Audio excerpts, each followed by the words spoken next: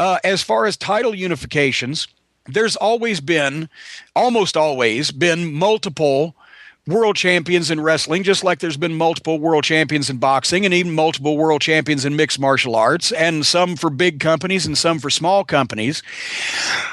And it would always, yes, have been better for the credibility and the perception of the sport if there was one world champion, but one world champion couldn't wrestle everywhere. That's why they had two. But in the days gone by, it was the AWA had a champion in the Midwest, and the WWF had a champion in the Northeast, and the NWA had a champion in pretty much everywhere else in the world. And people kind of could get that.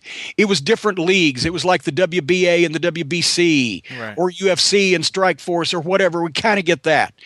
When you got two world championships in the same company, it's fucking stupid.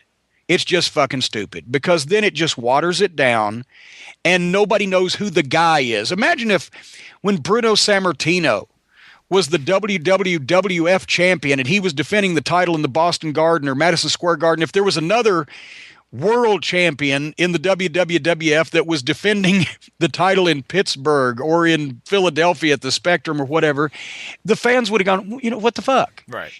Unfortunately now, since so many people from outside our industry have gained control over the last 10, 15, 20 years in our industry, they don't look at it because they come in thinking this is a worked sport, this is showbiz, this is all for entertainment. We don't have to take it seriously. That's their mindset.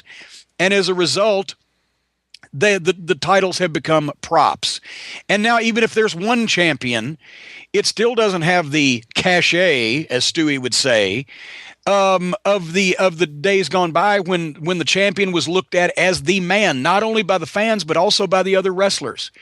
In the day of Harley Race or in the day of Bruno Sammartino or the day of Lou Thez, when you got to wear that belt, it meant that the promoters, even if it was a worked sport, thought that you were the guy. You were the best guy for business. You could draw, you could perform, you could carry that title. It was an honor. Now it's not an honor. It's just something that gets passed around like an old whore at, the night before prom. And it's lost the meaning that it had. So even if they've unified their championships by now, I think that horse has left the barn, cowboy. Nobody takes it seriously anyway. So, what are you going to do?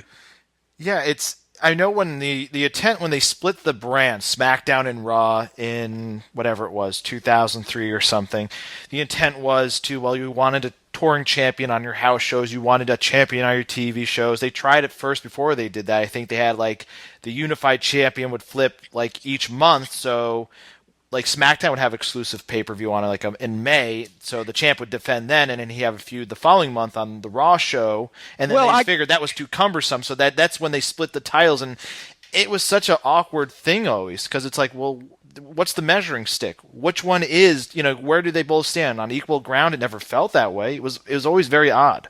That's what the United States Championship or the Intercontinental Championship or the North American Championship, that's what that was for. Because right. You can always have a guy making a case that, I've got the number 2 belt in the world and I'm always going for the number 1. And I've been more dominant at my North American Championship than the world champion has, who wins by the skin of his teeth. So who really is the best? And then you could have a unification match, or you could have blah, blah, blah. But it's just, once again, they use the belts as props, and it's not WWE centric. Everybody's done it.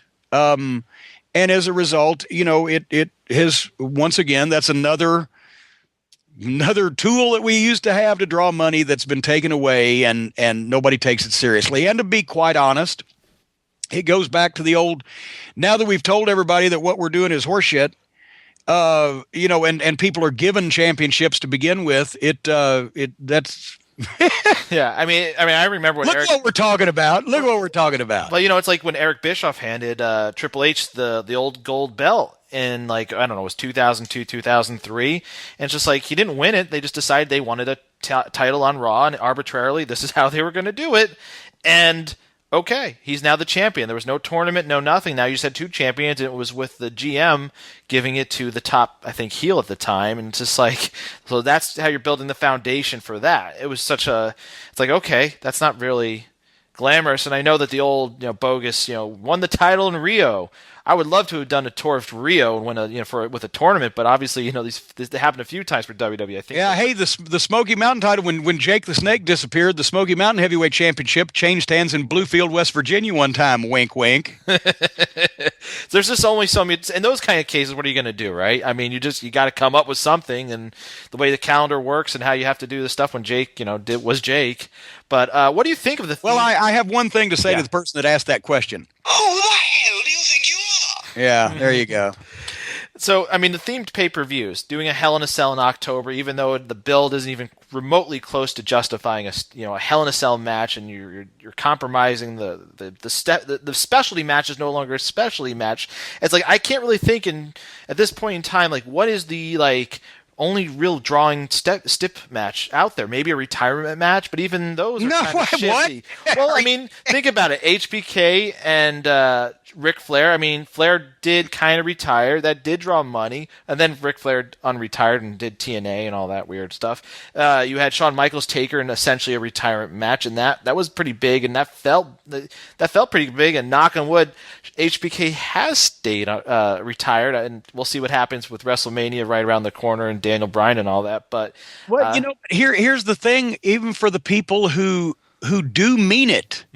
It hurts them because so many people don't mean it, and gonna have to retire forever until 6 weeks later or whatever. So it just really, there is no stipulation now that people believe, because that's been the cardinal rule of wrestling for 100 years. When your fans lose faith in the promotion's ability to tell them the truth and honor stipulations and etc., you can't get it back. It's very hard to get back.